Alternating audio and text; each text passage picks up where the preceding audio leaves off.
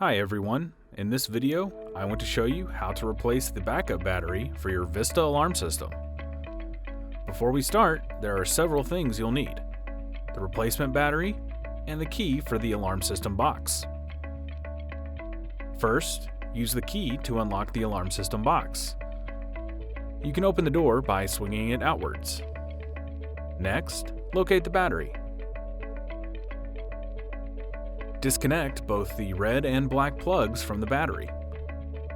The old battery can be set to the side as it will not be needed. Now you can connect the new battery. Please make sure to observe polarity. The black plug connects to black and the red plug connects to red. Once connected, you can place the battery where the old one was, then close and lock the door.